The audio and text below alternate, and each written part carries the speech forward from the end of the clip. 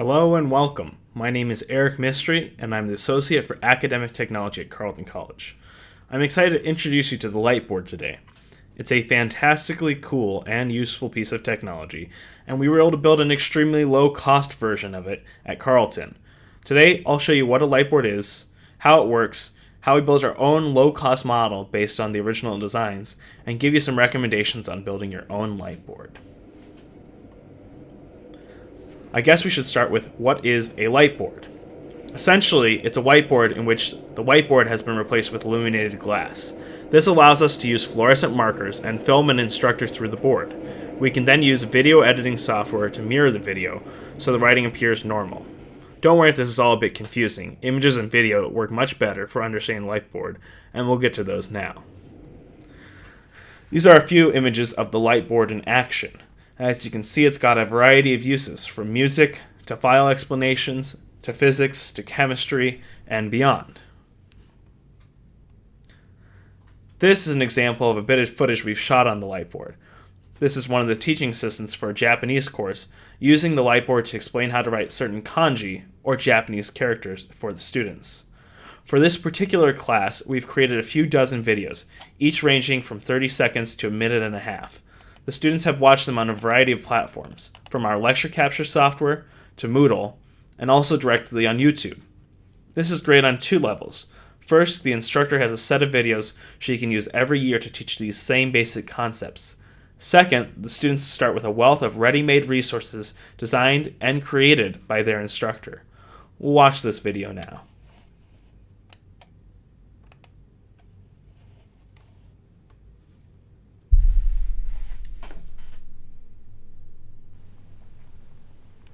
続いて83番の漢字です。この漢字は年という漢字です。皆さんここにもう習った漢字見えますよね。今と心です。今も心が残っている状態を何というかというと、残念と言います。これはどういう意味かというと、disappointed という意味です。この言葉すごくよく使えるので覚えておいてください。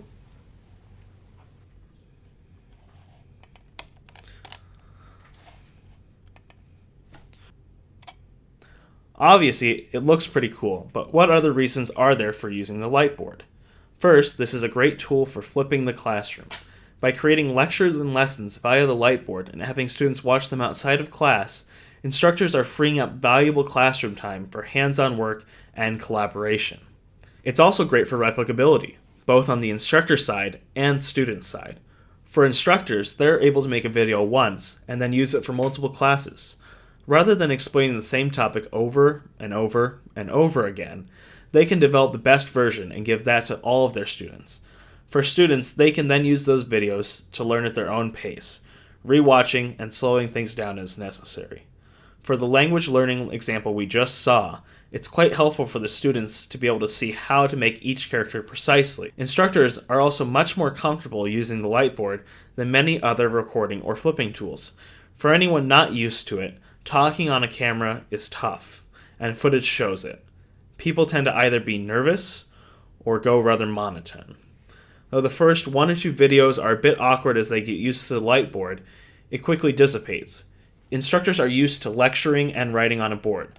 The technology of the Lightboard fades into the background, and then they do what they do best, which is teach. And though it seems silly, the wow factor of the Lightboard is also quite important. When faculty see videos of the Lightboard, they immediately get it, and they want to use it. Students, who are notoriously tough to hook on watching instructional videos, also get pulled in by how cool the end product looks.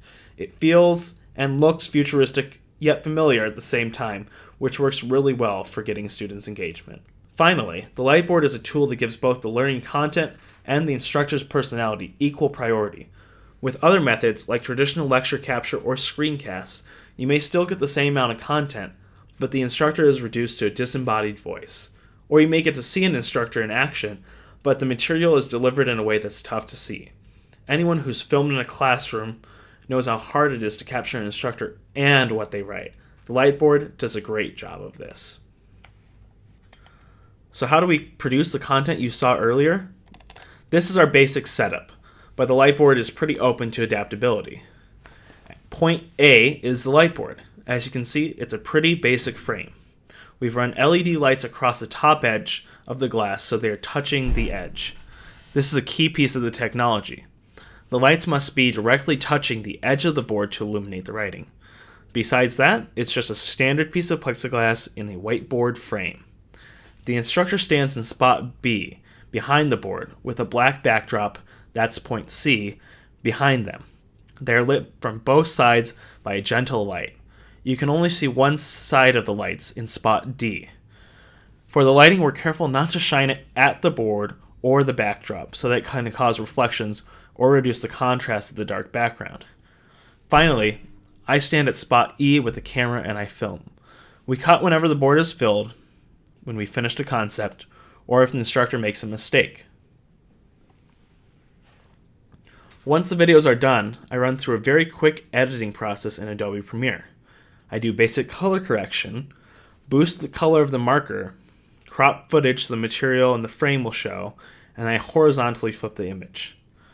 Because we shoot on a tripod and don't move during the entire shooting, we can apply the same set of effects to all the footage from a particular shoot. This brings editing time down to about a minute per clip after the initial clip we edit, which takes about 15 minutes. How did we get to building our board? Here was our inspiration. The Lightboard built and designed by Michael Peshkin, an engineering professor at Northwestern University. His setup is pretty incredible and the results are nothing short of stunning. Here's what his setup contains. Architectural glass, a custom metal frame, custom LED strips, high-end studio lighting, and an expensive camera setup. While really impressive, this setup is also very expensive, with cost estimates at about $10,000. That's a lot of money, and it also requires dedicated single-use space, neither of which we had available for this project, as it was and still is a pretty experimental piece of technology on our campus. Here's how we built ours. We already had an existing frame with the plexiglass installed in it from St. Olaf, but it wasn't being used because it was lacking, well, light. And because we collaborate with St. Olaf on a variety of different projects, they agreed to lend us the existing frame and glass and see if we could do something with it. So most of the builds use somewhat expensive custom LEDs with hand-wired controllers and switches. Having recently moved, I had some IKEA light strips sitting around, so I installed them on the Lightboard. After some trial and error, they worked quite well. They cost about $20 to $25 and look quite nice in the end product. We also ordered fluorescent markers, which have worked really well. The blue marker is particularly visible. We moved the Lightboard into a shared studio space where it lives now. When we want to use it, we wheel it out, plug it in, set up the lights and camera, and we get filming.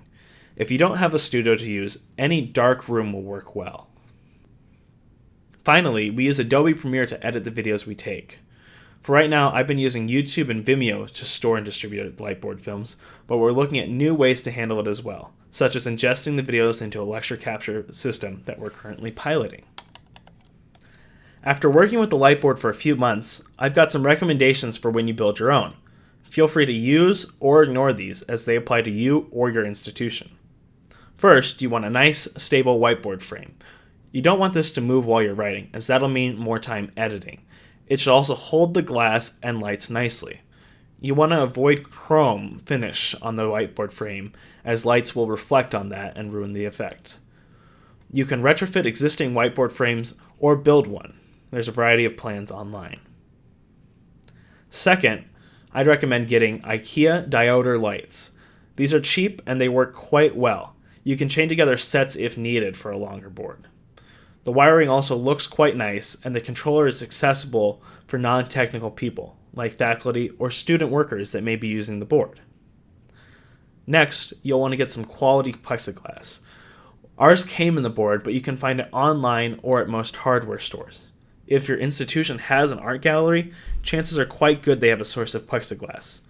Plexiglass is much cheaper than the equivalent in architectural glass and lighter too. Generally, anything more than 1/4 inch is great, up to about 3/8 of an inch or thicker. You don't want to go any thicker than half an inch though, as then you can start to lose some of the light bleeding through. Fluorescent markers are the next important thing. They're the key to good Lightboard video. Luckily, they only cost a few more dollars than normal whiteboard markers. We use the Expo brand, and it's been very dependable. Liquid chalk has also been recommended. It's a little harder to clean, but they're very bright in a variety of different colors. Next, you'll definitely want to have a tripod and a good video camera. You definitely want to shoot using this tripod, as you'll be able to edit much more quickly by having the same effects be able to be applied to every piece of footage. Using the best video camera possible is also important, as you need to apply effects and crop the footage. There's no need to go out and buy a really expensive video camera, as most DSLRs and even a cell phone in a pinch will take good enough video. You also want some basic video editing software. At a minimum, you need to horizontally mirror and crop your footage. We use Adobe Premiere, but there are other editors out there that are less expensive. If you don't want to invest in a video editor, you can also set up a manually placed mirror system to reflect the images before they hit the camera. Again, there are plans for this online. There are a variety of ways to light the speaker, but I recommend softly lighting from both sides using some sort of softbox. If you don't own a softbox or lighting kits, there's a variety of DIY options. Next, you'll also want a black backdrop. You want a black background at least 3 to 4 feet behind the instructor and the board.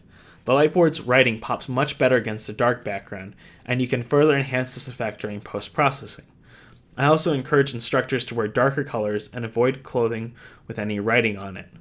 We tried a variety of different backgrounds, from white to gray to even green screen, and the black backdrop was dramatically the best. Finally, you need somewhere to upload your footage. As far as free options go, it's very tough to beat YouTube or Vimeo. Each has its quirks and limits, but both will work plenty well for Lightboard videos. I'd like to give a few thank yous today. First, to Michael Peshkin at Northwestern for developing the board and making it open hardware, as well as having some great online resources to help get me started. Second, to my supervisor Janet Russell, the Director of Academic Technology at Carleton, for giving me such an interesting problem to tackle, as well as Carleton for giving me the funds and time to experiment on the board. Last, thank you for viewing this presentation today. I'm always happy to answer any questions, so feel free to email me, or if you want a really quick response, tweet at me at Eric Mistry on Twitter. Thanks again.